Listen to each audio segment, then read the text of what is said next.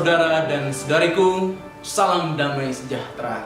Jumpa lagi bersama saya, Pastor Yohanes Don Bosco CMF.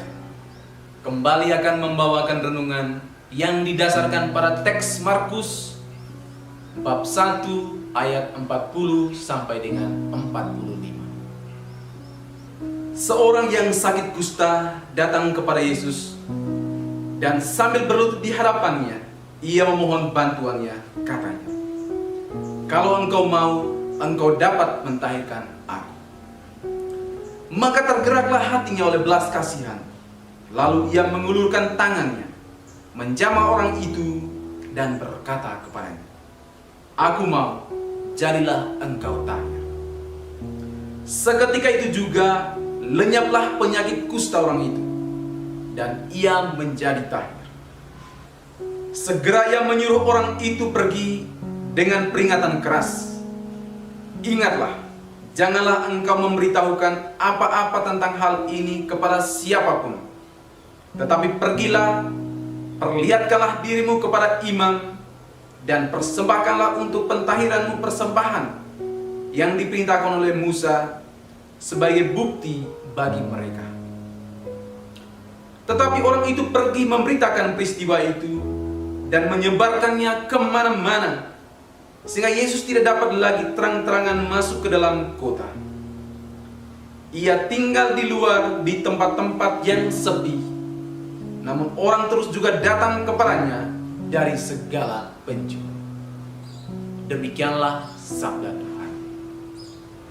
Saudara dan saudariku, Injil hari ini bercerita tentang Yesus menyembuhkan seorang yang mengalami sakit kusta.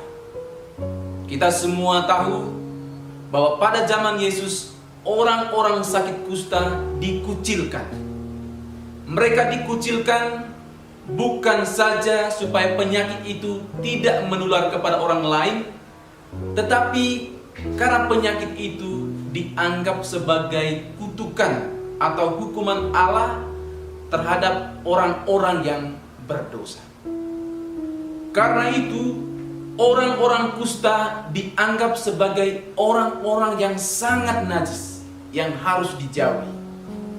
Dan sialnya, bukan hanya masyarakat umum yang menjauhi mereka, tetapi juga keluarga mereka sendiri. Mereka tidak bisa bergaul dengan siapapun. Jadi dapat dibayangkan bagaimana penderitaan yang dialami oleh para penyakit kusta itu. Mereka tidak hanya menderita sakit fisik, tetapi terutama juga sakit mental. Bahkan kebanyakan dari mereka meninggal bukan karena penyakit kusta itu sendiri, tetapi karena penderitaan batin yang tidak tertahankan lagi. Lalu bagaimana tanggapan Yesus terhadap orang-orang kusta ini? Apakah dia jijik? Apakah dia mengusir mereka seperti yang dilakukan oleh orang-orang Yahudi pada umumnya?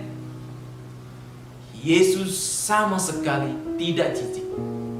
Dia tidak mengusir mereka.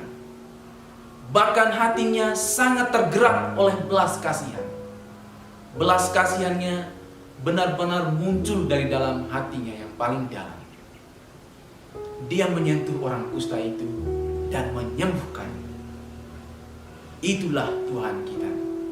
Tuhan yang penuh dengan belas kasihan. Tuhan yang sangat peduli dengan penderitaan manusia. Kenapa dia sangat peduli?